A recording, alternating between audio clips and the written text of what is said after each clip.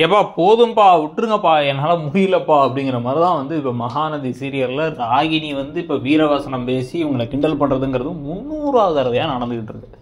அதுக்கு முன்னாடி வந்து பார்த்தீங்க அப்படின்னா வந்து இப்போ விஜய் கிட்டக்க டாக்டர் வந்து என்ன சொல்கிறாரு அப்படின்னா, நீங்கள் வந்து கூட்டு போய் உங்கள் கூடயே வச்சுட்டு பார்த்துக்கிட்டா தான் வந்து அவங்களுக்கு சீக்கிரம் சரியாகும் அப்படிங்கிறாங்க. அப்புறம் எதுக்கு அவங்களை இங்கே கூட்டு வந்தாங்கன்னு கேட்டால் வந்து ட்ரீட்மெண்ட்காக கூட்டு வந்தால் திடீர்னு ஃபிட்ஸ் எல்லாம் வருதுங்க, ஃபிட்ஸ் எல்லாம் வந்து அப்போ பார்த்துக்கலாம், அதெல்லாம் நீங்கள் இங்கே விட்டு கூட்டு போங்க அப்படிங்கிறாரு. அவர் டாக்டராக என்னன்னு எனக்கு ஒன்றுமே புரியல. ஒன்று சரி ஓகே வீட்டுக்கு கூட்டு போகிறான் எல்லாம் சரி. இப்போ ஆனால் என் ஒய்ஃபுக்கு எனக்குமே ஏகப்பட்ட பிரச்சனை வருது, அவன் முதல்ல அவளே தான் ஒத்துக்கிட்டா இது என் முன்னாள் காதலி நாங்கள் அப்படின்லாம் வந்து சொன்ன உடனே நீங்கள் வந்து இப்போவே யோசிச்சிங்க அப்படின்னா வந்து இப்போவே கூட்டு போனீங்க சீக்கிரமாக உங்கள் நினைவு திரும்பிட்டா எல்லாம் சரியாக போயிடும். அப்படி நீங்கள் இல்லாமல் நீங்கள் இப்போ என்ன பண்ணுறீங்க அப்படின்னா டிலே பண்ணிட்டே இருந்தீங்கன்னா அடிக்கடி நீங்கள் வர வேண்டியது இருக்கும், உங்கள் ஒய்ஃப் டீம் போய் சொல்ல வேண்டியிருக்குங்கிறாரு டாக்டர். அற்புதமான ஒரு டாக்டராக இருந்தார். உடனே இவங்க ஒன்று ஓகே நான் திருப்பி வீட்டுக்கே கூட்டு போகிறேன் அப்படின்னு முடிவு பண்ணிட்டார்.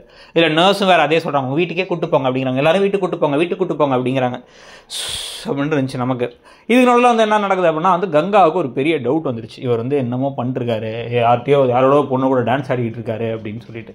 இதுக்கு நடுவில் ராகினி இப்போ ஓவர் பேச்சு பேசி இதுக்கப்புறம் அந்த வீட்டை விட்டு உன்னை துரத்தா தான் என்னோட குறிக்கோளே அப்படிங்க இவங்க நினச்சாங்கன்னா இப்போவே விஜய் கிட்ட போயிட்டு தயவு செஞ்சு துரத்தி விட அந்த அம்மா அப்படின்னு சொல்லி அந்த பிள்ளை அப்படின்னு சொல்லலாம். ஆனால் சொல்லாமல் இருக்கிற எல்லா கடுப்போடு சேர்த்து எக்ஸ்ட்ரா கடுப்பு தலையில் ஏற்றிக்கிட்டே இருக்காங்க. ஏன்னா வந்து ஹீரோயினே தியாகியாக தான் இருக்கணும் அப்படின்ட்டு, நான் உன்னை கொண்டுருவேன் ஏய் ஊய் அப்படிங்கிறாங்களே தவிர காவேரி ஒன்று செயலில் காமிக்கிற மாதிரி தெரியல, டம்மி ஆகிட்டாங்க கம்ப்ளீட்டாக அப்படிங்கிறது மட்டும் தெரியுது நமக்கு.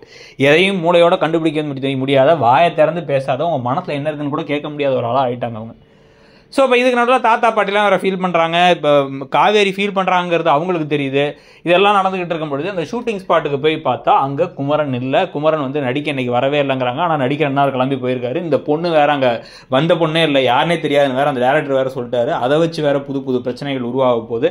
இதுக்கு நடுவில் வீட்டுக்கே வந்து விஜய் காவேரி வெண்ணிலாவை கூட்டு வந்த உடனே வந்து அதை பார்த்து ராகினி சந்தோஷப்படுறாங்க. தாத்தா பாட்டி ஷாக் ஆகிறதோட இன்னைக்கு எபிசோடு முடியுது. அதை பற்றி நீங்கள் நினைக்கிறீங்கிறத சொல்லுங்கள்.